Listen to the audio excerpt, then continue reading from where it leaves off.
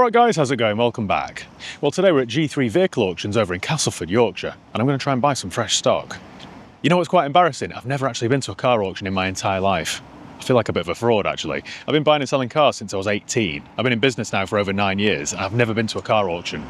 That's for many reasons really. I just find it all a bit daunting. I've heard loads of horror stories and I don't want to end up getting carried away and massively overspending on stock, which as we all know, I do have a tendency to do. Anyway, today that's about to change, so let's go and see what's on offer and see if there's anything worth buying. Follow me.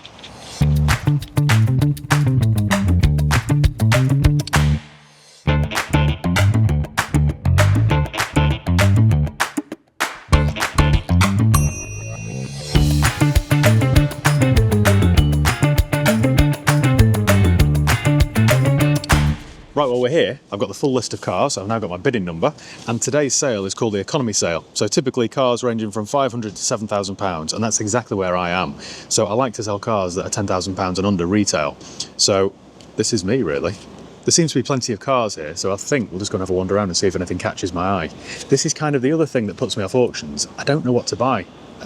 I know it's my job and I kind of should know, but I don't really know. I always find it works best when I get offered cars. Then I get offered a car and I think, yeah, that's good news, I'll buy that. As opposed to looking around thinking, should I buy that, shouldn't I buy that, you know. There are over 200 cars here to choose from, so I think we better just get looking and see if anything catches my eye. So every car here's got a description of it on the windscreen. So you can see there, for example, the mileage, whether the V5 is present, the MOT, and then a brief sort of description of its condition.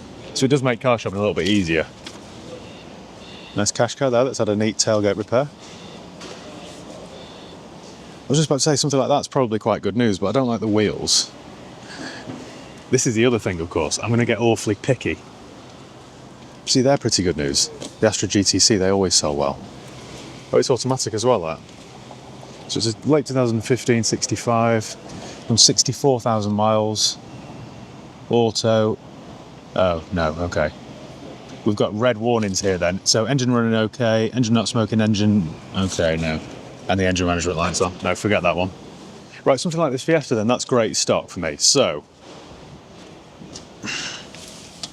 needs a bit of paint work. Well, that's in poor condition, that. I don't want to buy that. It's been keyed all the way down that side. There's a dent there. It's had a whack on the back, no. Don't like that at all. Well, what have we here then? Toyota GT86. That's had a hard life, hasn't it? I'm not thinking about buying this, by the way. I'm just intrigued by it. And it's had a bump on the front end. Look at the bonnet curled up. No. So this is a late 2011 Mercedes ML 350. Done 79,000 miles. Needs a set of tyres. That could be okay, you know. They're pretty decent cars. And if it breaks, I can always run it to SPR. It's got the half leather, half Alcantara, which is in decent condition. That's quite a nice car, you know. Looks quite straight, looks quite honest. Got a tow bar on it, which I don't really like, but can do it. That actually looks like quite a nice straight car. Right, we might have found one here then. This is my sort of thing. 57, so this is a sport model. 2 keys. Right, if we go down to the prices then. So in the UK we use a system called CAP. The CAP average value of this is £3,550, which does sound like an awful lot of car money, doesn't it? So it's got a suggested retail of 6.5. So I think if this went for anywhere near that sort of CAP average price, I could factor in 4 tyres and a service, and there should be a decent amount of profit left.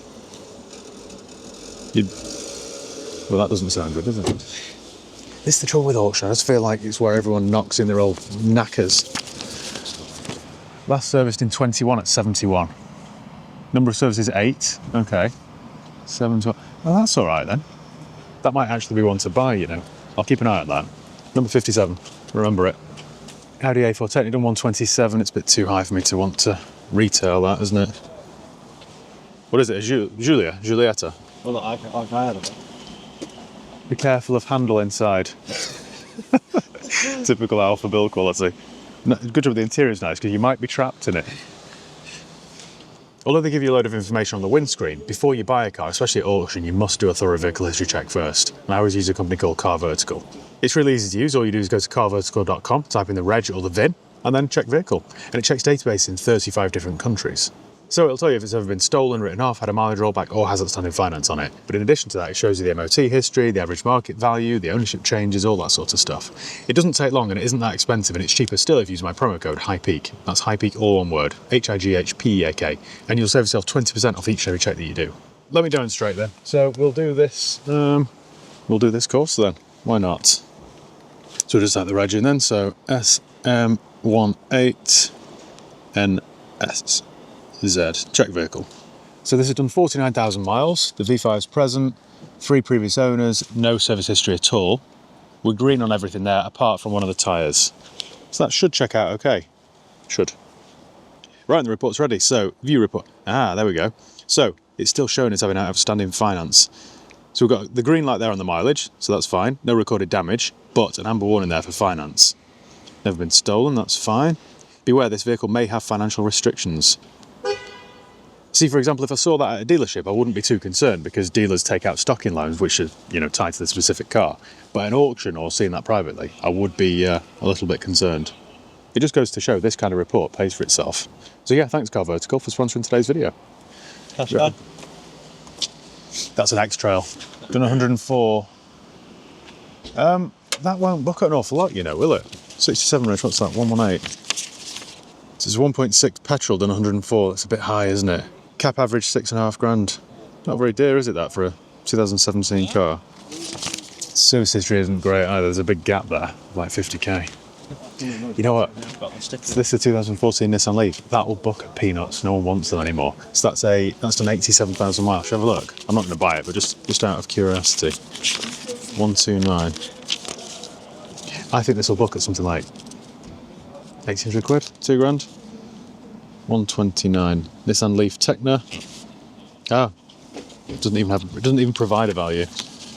It'll be peanuts. No one wants that. The 90,000 miles, it'll have a range of about 20 miles. Golfs are normally pretty good news. Let's look at the Golf. Oh, hang on a sec. Mazda 3. So that's a Mazda 3 2-litre petrol, done 76. That's actually great news. So we've got servicing at 11 and 21 and then nothing since. But I know Mazdas have a digital service record, so that might have been serviced. But perhaps no one's kept the record of it. Bit of wear on the seat bolster there. Does want a good buff. That actually could be a decent buy. Needs a little bit of paint on the back bumper. It isn't great, but it could be made to be decent. Now how does that value then? That's number 142. So it's a sport nav model. Cap average 5,200 quid. That sounds... I thought that was going to be 3 something. No, forget that. I'm not giving 5.5 grand for that. That's definitely an ex-rental car, that. Oh, hang on a minute. It's only done 47,000 miles. It's an SE TDI, 1.6. 1 previous owner. No, engine's not running right. Neat repair there on the driver's window, isn't it? It's a 1.2 Qashqai petrol. That I know when that starts, it'll have a noisy timing chain. It just will. For a split second there, I was looking at that Fiesta thinking, that's decent stock. If that's cheap enough, I'll just buy that. Just to fill up some space in the forecourt, because they always sell well. But look at the state of the wing. It's rotten as a pear. So forget that one. Oh, Laguna Coupe. Let's have a look at this. I've been wanting to get one of these on the channel for ages because they're a really good looking car. So it's a 2011 Laguna Coupe. Oh. It's not in today's auctions. VXR with a Nürburgring sticker on it. No thanks. Right. A bright yellow Citroen DS3. They're good news. I always find these sell well in bright, funky colours like this. It's got a nice leather interior. That's done 74, so it's not the end of the world, is it? It is a diesel. 3 former keepers. It's all green. Number of services, 0. The service book's been lost, obviously. I was just about to say, I know that as soon as I get on the motorway with this, I'm going to hear a whining gearbox because they suffer with them. And then sure enough, look, there's a red warning there on first gear and reverse drive. Right, let's look at this other Fiat then. Hang on. So that's a 2016 500 Lounge. I really like the 500 actually. Oh no, okay, engine noise. That's quite good news in principle. So it's a Mini Countryman all 4, so it's 4-wheel drive. Done 77,000 miles. It's all green on the description. 3 previous owners, automatic. The auto boxes are weak actually. Services, 0. forget that one then. Jaguar XF there, but I've just seen the 3D reg plate, so I don't want it. It just tells me that it's probably not had a gearbox service. It's probably got odd tyres. Yep, just spotted a Mazzini there. That's quite good news, I think. So that's the C-Class Coupe, yeah. Something like 2012, 13. I think I saw this online, yeah. The engine management light's on. No, okay, forget that then. See, this is something that I'd avoid, this BMW, because it just looks like it's had a hard life. Don't like the Anaclark reg plates. It's come from Scotland, might be a bit rusty underneath. The poor bodywork on the front there means it's had a bit of a front end whack. I don't like the aftermarket tat on it. Don't like the vape vents, don't like the wheels. That I just know will have had a very hard life. Big gaps in the service history as well, which is always a concern. And the bodywork doesn't look great.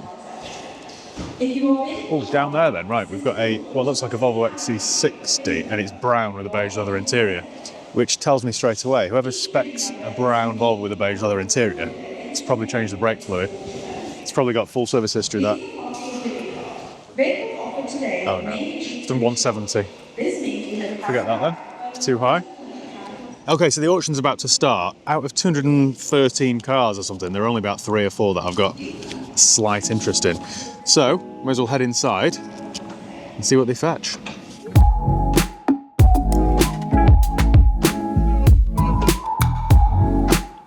As the auction got into full swing, I could feel the excitement building. I was starting to get the itch to bid. Some cars went for way more than I expected, while others fell surprisingly short. The first one to really grab my attention was a Land Rover Freelander 2. See, the Freelander's just gone through. I was quite interested in it. Did £2,900 plus fees. That cap price of £2,500. So it's done 20% above cap. With that one sold, we watched a few more cars go through. Then, around 20 minutes later, a Mercedes A-Class caught my eye. So this A-Class then has done 125,000 miles, but the base price is £2,300, currently up to £2,000, but the engine light's on, ABS light's on. Issues. I just wanted to see what this did. No idea, but by goodness me, that's cheap, man. Just look cheap for me. I don't want to buy something with an engine light on. I'm going to hold that bid, hold it at 2050. Last chance. It's cheap, guys. One strike at 2050. It's ultra provisional with that one, yeah. That's 21. The GT86. £97 a lot. This one, I don't think this will sell. I'm going to give it about 48. Cap it at 7. 48 bid. £49 bid. £49 going to be there to bid 5. 56 bid. After the heavily modified GT86 went for £5,600, which was a surprise to be honest. I wouldn't give you a tenth of that. I wasn't expecting to get pulled in so soon. But then, 2016 Ford Fiesta with 103,000 miles came up with a starting bid of just £1,500. And I suddenly found myself tempted to make a bid. 1950 bid, £2 a bid, £2 a bid with the bid, at the table, £2,050, £2,850, 21 bid, 21 bid there with the bid, 1 with your turn, then 21, that's enough, then 24, 50 now, 22 with my coach, that side, it's 22. 22 bid. The Fiesta ended up going for £2,200, which after fees would have pushed it up to around 2.5, so it's just too tight on the profit margin for my liking. Next up, we found ourselves back in the action with a Mercedes ML, starting at just £2,300. This is one of the cars I'd had my eye on during the walk around. Hello, ML 350.